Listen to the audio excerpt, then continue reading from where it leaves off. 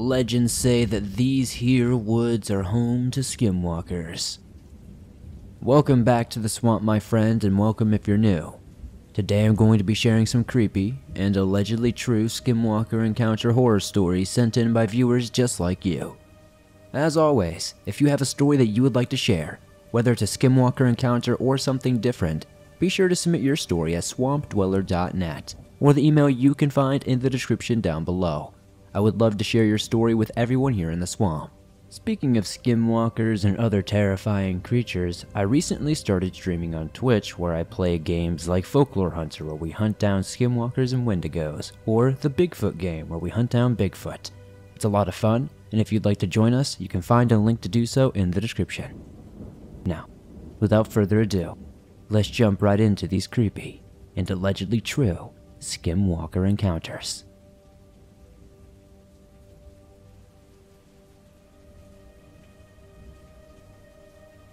There's a logical explanation for everything. Well, that's what my father always said.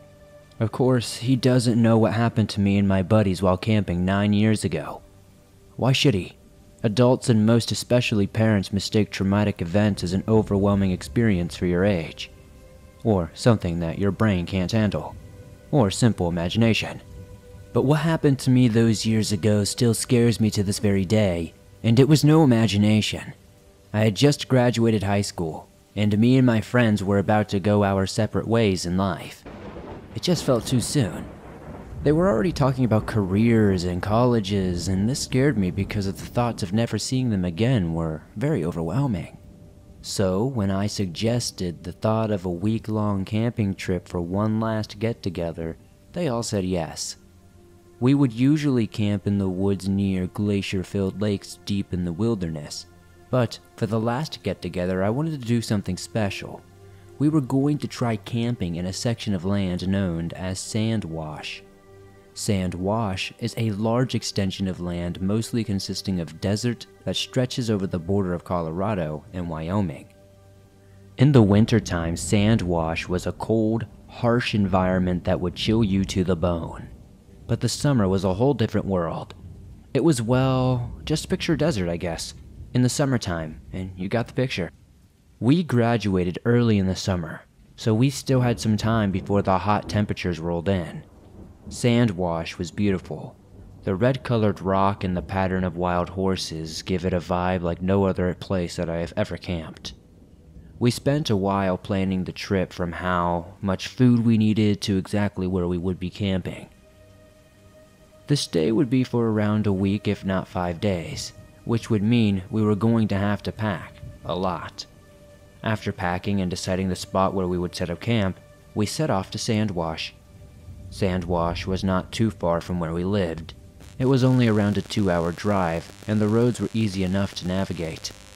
Once you hear the bussing of dirt bikes and all that good stuff, you know that you're not too far away. Then you start seeing the greenish-blue sagebrush, and you know you're getting very close. It was me and my 3 other friends, and for privacy reasons I'll be calling them Jack, Ryan, and Jacob. All 4 of us inched closer and closer to the gate that separated us from the country and Sand Wash. So I stepped out of the car while everyone else waited, and I undid the metal crate. Then I hopped back into the truck and drove into the desert. The roads were extremely rough, almost like they haven't been used or have been overused. We could hear all the stuff in the trailer bumping around and shuffling around due to the massive rocks and bumps in the road. Everyone was doing that thing 5-year-old kids do when their parents drive over bumpy roads. They make that annoying vocal noise that goes up and down. I thought it was childish at first, but then I eventually found myself joining along. We had reached the turnoff on the dirt road that led us to the site we were camping at. This road took us very far from the main road and even closer to the border of Wyoming. The road didn't look too bad. There were some divots in the road, but nothing worse than the one we had just driven on. So, I made the gentle swerve onto that road toward our campsite. After an hour of driving, we could start to see our campsite in the distance. It was situated in the side of a small sand and mud-covered mountain that had a clearing wiped clean of sagebrush and rocks. After driving closer and closer, we noticed a foul stench that grew stronger and stronger. It smelled like a rotting carcass that has been stuck in the sun all day. Jacob, whose eyes were watering at this point, started gagging because of how strong the aroma had become. The stench was so strong that all of us started gagging as well. Now the smell was most likely the rotting body of an antelope or something like that. The desert here doesn't get too much water, so I could comprehend the possibility of a dead, dehydrated antelope. So I just stuck with that and thought that that's what it was. I thought it would go away once we reached the campsite. After 3.5 hours of a bumpy and stench-filled drive, we made it to the site. It was smaller than the pictures looked, but it had enough room for all of us. Without a single word, Ryan opened the trailer and was quickly buried by the misplaced objects that were thrown around while driving. Instead of helping him, we just stood there laughing our asses off because of how stupid he looked. I think he even cracked a smile despite being underneath the grill. Eventually, we all got our cool and started helping him out of the mess and started laying everything out. Our tents were spaced out about 4 feet apart to where we wouldn't be able to hear each other snoring. At around 5:30, we had unpacked and were already getting dinner ready. We were eating smoked barbecue ribs for dinner, which the stench of made our mouths water. We kept all the food that we needed preserved in a suitcase-sized cooler that weighed roughly 70 pounds with ice in them. Soon, there was no sound and light, except the lanterns and Christmas lights we had hung around our campsite, and the old wireless radio we had. We all sat around the campfire telling stories and figuring out what we were going to do with our lives. After eating, which filled us up plenty, I told Jack, who was also the chef and in charge of food, to put the ribs in the cooler and put the ribs away in the trailer. He said alright with a boozy and drunk tone in his voice, even though we didn't bring any alcohol with us. So we all got in our tents and said goodnight to each other. Weapon-wise, all I brought was a .22. I didn't want anything really crazy, but I also wanted something for protection, you know? And a .22, regardless of what anybody says, will take you down if you get a good shot in you. Ryan did see me packing it though, and asked what it was for, and I of course told him. And he replied, "So if we get bored we can shoot some gophers or something?" I said in a playful but decent tone, but I was lying, and he knew it too. When I woke up during the night, I felt like I was drowning. It was like the air was being sucked out of my body, and when I smelt that god-awful rotting corpse smell, but 10 times as strong, I started vomiting and gagging due to the stink it gave off. I could hear everyone else puking inside their tents as well, but what scared me even more was the sound of ice being poured on the ground. "The cooler," somebody said. "It's a goddamn coyote!" I clenched my fist with the rage of Jack not putting the cooler away like we asked, and just like that our camping trip is ruined. I slept next to the .22 and stuck it out the small hole in the tent. I had a blind shot, so I stuck the barrel in the air and fired a warning shot. I heard footsteps scurrying away. I knew it left. What really scared me is that the footsteps sounded bipedal. Which means whatever it was must have been walking on 2 legs, and it sounded heavy. Each footstep could be felt in my chest. It sent shivers through my spine. I just haven't experienced anything like it before, or since. I jumped out of my tent to see nothing but blackness and firelight illuminating the empty cooler before us. I don't remember what the hell happened. All I remember is sitting there staring into the desert. Ryan and Jacob were both yelling profanities at Jack, and I just sat there speechless, just wondering what the hell had broken into our campsite.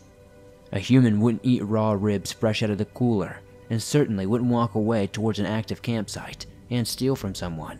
So, what were we dealing with? The next morning, we checked the damage to see nothing but the spilled ice, now a puddle on the ground. We left that to Jack, but me and Ryan were talking about what happened last night. We came up with some theories, but decided that it was probably gone and not coming back, knowing that we have a weapon. So, I mostly forgot about it, and we just went back to exploring our area and horsing around. We played cards and made sandwiches for lunch, and scouted the area. Eventually we saw the sun sinking below the horizon, so Jack fired up the grill and started getting dinner ready. We sat down and started playing a bunch of songs by Glen Campbell. Everyone else seemed relaxed but me. I had an uneasy feeling that I was being watched, but I couldn't tell from what it was. But then, we heard the coyotes. Their graceful howl always calmed me down. Their yapping at each other and their howling, for whatever reason, was calming to me. But then, one of the coyotes made a completely different noise. It sounded as if it were being ripped apart, limb by limb, eye by eye. Just the most brutal noise imaginable. It was the noise of suffering and pain. It made us drop our forks and wonder what just happened. We heard one more scream from the coyote and then complete silence. The silence was the worst part. No noise at all. This desert was dead silent. All you could hear was the cackle of our fire. It was as if someone muted everything around us. There was something wrong with the desert and we all knew it. We lost our appetites. The thought that something could rip apart an animal like that just didn't sit right. If it could rip apart a coyote, well, imagine what it could do to us. Suddenly, I didn't feel safe at all. Like the 22 in my tent wouldn't be enough. Jacob was on the verge of tears. I have never seen anyone so scared before. We sat there, just listening to any noise, but there was nothing. Just silence. So we decided to sleep it off and wait for daylight. I awoke again with the feeling of drowning. The powerful stench was too much to bear, so I took it out on puking. It was that thing, looking for food once again. I figured that if this thing would return to our campsite, it must be related to the coyotes we had heard being ripped apart earlier. I wanted to see it, but I didn't want to stick my head out of the tent and be stuck with a mental regret for whatever I would see.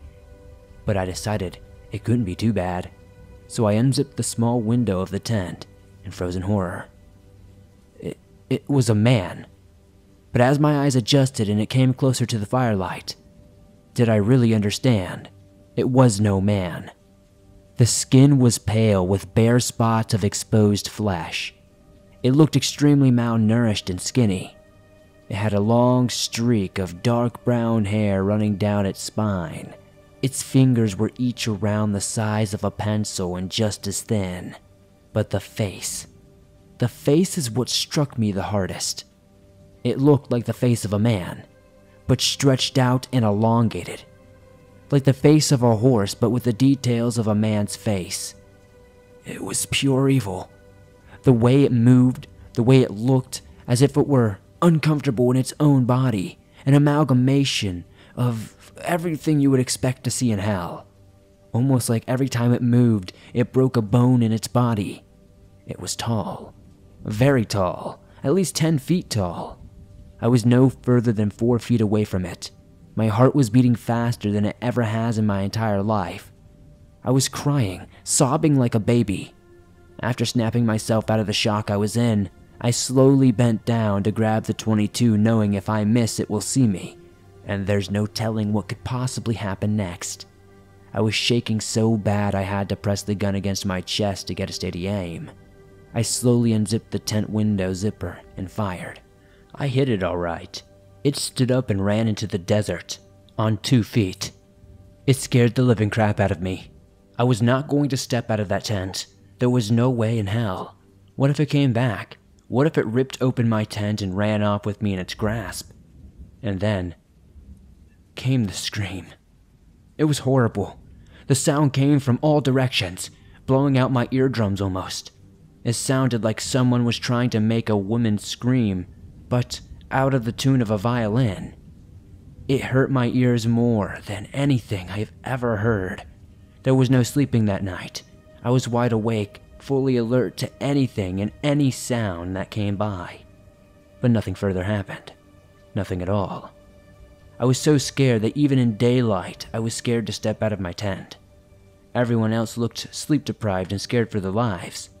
I figured they saw it too, but I didn't want to ask them. So we packed faster than we ever have before. No one said a single word for the entire drive through the sand wash. But when I stopped to pee, I started to smell that foul aroma that covered whatever that thing was. I didn't have any time to pee, and I just decided to hold it. We drove back to the paved road, which felt great because we knew we were out of there for good. On our way back, we stopped at a gas station to grab some food and use the restroom. I walked up to the cashier and she asked me if I was okay. I didn't say anything but wondered why she asked. It was because my hand was still shaking so badly. She must have thought I had Parkinson's or something.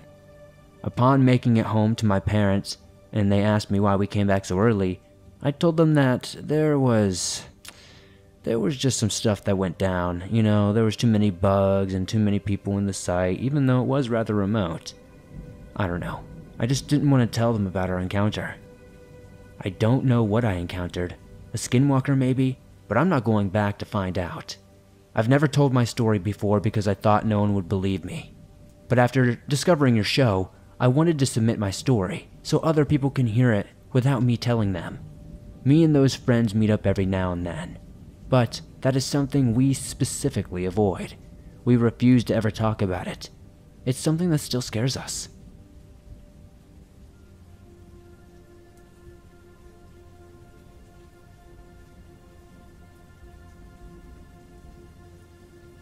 Hey there, Swamp and Swamp Folk. I've been listening to your podcast for a while now, from everything disturbing, unexplained, supernatural, and so on. Let me start off by introducing myself. My name is John. I love everything to do with the outdoors. I really am into outback camping in remote areas of the forest that are thick, with plenty of room to be by myself. I am a 25-year-old and I live in Bucks County, Pennsylvania. It's quiet and full of land. I go out of my way to find anything that may do with the outdoors. As I said before, I love the outdoors. I decided since the day was going to be nice and plenty of sun, I figured why not go out for a long drive and set up somewhere on the outback of the county, as the lands were very nice and they stretched for miles. I checked the time and I figured I would also go by a later time. It was 4:40 p.m. So like that, I packed some water, my flashlight, and my Smith & Wesson M&P 15. You never know what you'll need when you're out there. But what I saw, I don't think bullets could necessarily take this thing down. I drove out as the sun was starting to set. I also love when it's nighttime. Going in the woods at night has a more magnetic, weird feeling, but as for my case, I regret making this decision. I found a pathway onto an old farm. I make my way as it's nearly getting dark. I pull in to find a beaten-up farmhouse. The land was congested with weeds and other things alike. I get to the spot where the forest line ends as some makeshift driveway parking lot starts to appear. It was kind of shady. I take my bag and my firearm on me and make my way out of the truck. I walk around the property line trying to get a feel for the area. I was walking. I just started picking up how dead silent it was out of nowhere. Every step you could hear the crunch of my shoes. I could almost hear my own heartbeat, that's how deafening it was. At this point, my sixth sense was picking up this odd feeling that I am not alone. Coming from a family of witches and some warlocks dating back to the Salem witch days, I should have said earlier, of course. So me being me and burning under a full moon, under stormy weather at directly 12 a.m., I was blessed and could feel different vibrations and senses, like maybe most other wouldn't. No, I'm not that guy who can levitate things with their mind. I wish, but I do have a set of gifts that have aided me in this weird, otherworldly encounter. As I was continuing to walk, I hear to my 8 o'clock a small twig snap followed by a small step. I stop, and what was behind me stopped as well, like it was mimicking me. I take a few more steps, as so does this thing. I inch myself towards the farmhouse, and I swear this unbearable, unshaking feeling of something bad that was going to happen was going off in my head like alarm bells. What was coming towards me sounded bipedal, so it was standing on 2 legs for sure. I kept backing up as I looked up and noticed it was dark. I was definitely being very aware of my surroundings and intentionally watching and hearing, but I never noticed how dark it got. I nearly reached the house when in the distance from the house itself, I'd say I probably covered a half mile or so from the forest line. I saw something standing about 9 or 10 feet off the ground, with glowing, yellow eyes staring me down, not too far from where I was standing. For what felt like hours, but was no more than 45 seconds, this thing started to move in on me. I backed up slowly, as this thing was freakishly tall. Whatever this creature was, it was walking toward me and wanting to do God knows what. But just like that, my fear came to life. This thing got on all fours and screeched this bellowing cry that shook me to my core, as I knew it was none other than the infamous cryptid, known as a skinwalker. It began barreling towards me, but with my quick thinking, I don't know if it was from fear or my primal self-preservation instinct kicking in, I ran up into the house, busting the door down, then slamming it shut. I throw what looked like old furniture like a couch and chair in front of it and pushed it up against the frame.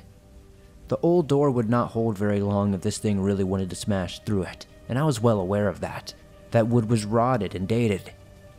But I was hoping that I would be hidden long enough to find a spot to hide or get away. I sat there hiding with my barrel aimed at the door frame for what felt like ages, when I eventually started hearing my name being called. It sounded like it was my sister Nicole, but the thing was, she was dead. This monstrosity was copying my dead sister's voice to use as a ploy to lure me out in the open. I did not fall for this trick. I shed a tear and prayed for a miracle to get out of this. Not seconds later, the skinwalker burst through the door, and I let out all of the shots I could. And as I mentioned earlier, I don't think they did much damage, because this thing didn't seem to care. Inside the room was illuminated by the full moon. It stood there with a full smile showing rows of sharp teeth. Then, in this creepy robotic voice with this demon undertone to it, it said, "You won't play with me?" I pull out of the door and close the door shut, running towards the back, so I can escape to get back to my truck, when I hear from behind me this horrific screaming followed by the words, "Where do you think you're going? Come and play." I reached my truck, opening the door, throwing all my stuff to the side, putting in the key, and nothing. Oh God, no. What the hell? Don't do this to me now. I keep giving gas and it slowly started. Then boom, it comes to life. I switch on my floodlights, and to my horror, I see this thing standing exactly 10 feet tall or more, to the core, flesh hanging from the limbs, the legs all bent backwards and bones protruding from its knees. I flip into reverse and drive out of there, like a bat out of hell, down this dirt road that was for sure gonna mess up the alignment of my car. Before I got off this dirt road and onto the main stretch of road, followed by another farmland, I saw this thing keeping pace with my truck for quite some time, and I was hauling ass doing about 90 down this dirt road. I know it was not the safest, but I had to get out of there. This thing was following me for what felt like a lifetime, and suddenly darted into the woods, disappearing after a while. I have to say, I'm kind of turned off by night walking now that I've explained this story. I'm sorry this was long, and I really appreciate you sharing it, Swamp Dweller.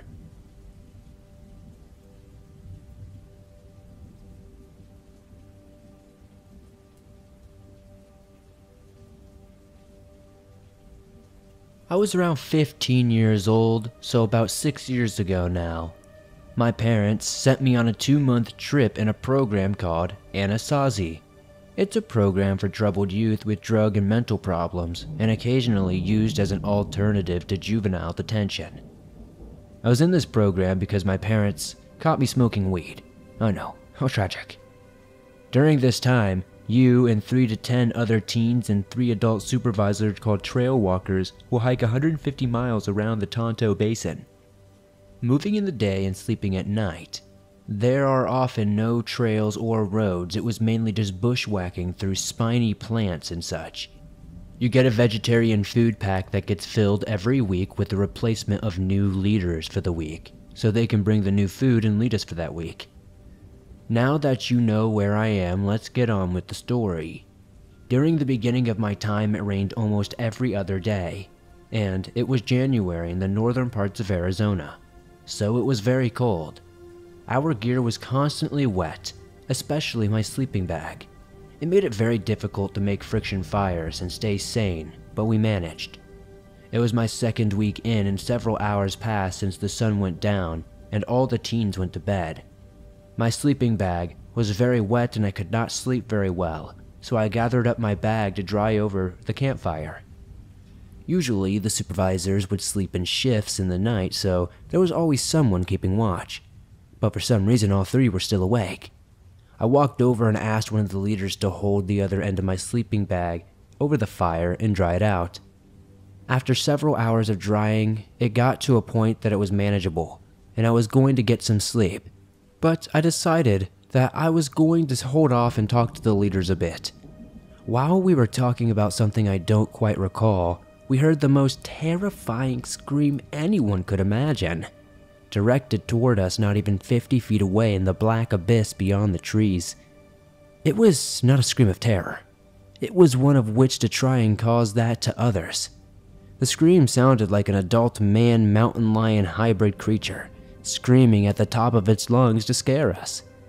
It sounded angry, man-like, while sounding feral and guttural, like a large cat. The scream only lasted a second, just a quick, loud one. Then, all was silent. We were all terrified. I remember seeing the leaders' faces with wide eyes, full of terror and worry, while looking at me to see my reaction. Although I was scared, I chuckled nervously and said, "What the hell was that?" and tried to shrug it off as a cougar or some unknown animal to me, as I knew I would be staying 6 more weeks and didn't want to think of any scary creatures out there. After some time, I collected myself and went to sleep. During this time, I would hear experiences with things called skinwalkers in this area. Apparently, a few of the campers and the leaders had used to do like church camp outings here when they were kids, and had weird experiences. I thought they were just trying to scare us though. Years after this experience, the scream haunted me and I began researching. No animals known to man make this particular scream, and especially in the way it was done. It was a man-like scream aimed at us, not some sort of bobcat yelling at each other, or cougars, or any sort of coyote scream. One day I found a plethora of skinwalker content online, like the Swamp Dweller podcast and other things. I heard some interesting things on YouTube, like skinwalker screams that you can find in online videos. And honestly, some of them may sound fake and hilarious, but they are pretty close to what I heard that night. I'm unsure if it was exactly a skinwalker, but I can assure you that I heard something that wasn't known to man. If you have any theories or ideas, let me know in the comments down below.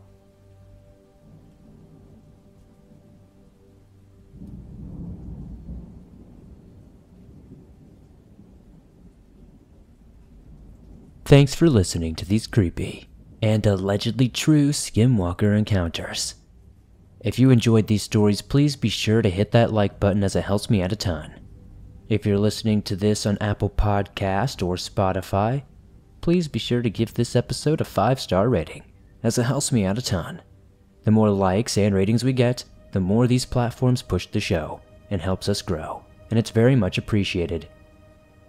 If you're on the go and don't have YouTube Premium but would like to download and listen to your favorite scary stories from the swamp no matter where you are, you can download them absolutely free from Spotify, Apple Podcast, Stitcher Radio, and anywhere else you find your favorite podcast.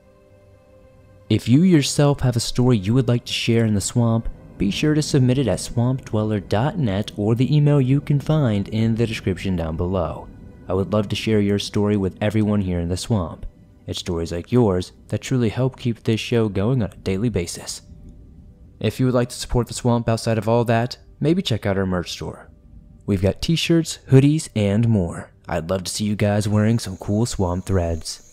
Don't forget to join me on Instagram, Facebook, and Twitter. I'm also streaming multiple times a week over on Twitch. You can find the links to all of that in the description. Thank you so much. I'll see you guys soon with another creepy video.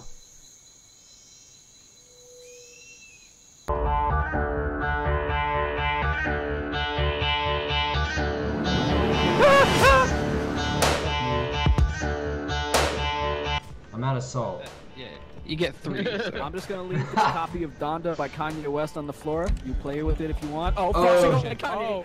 You don't like Kanye?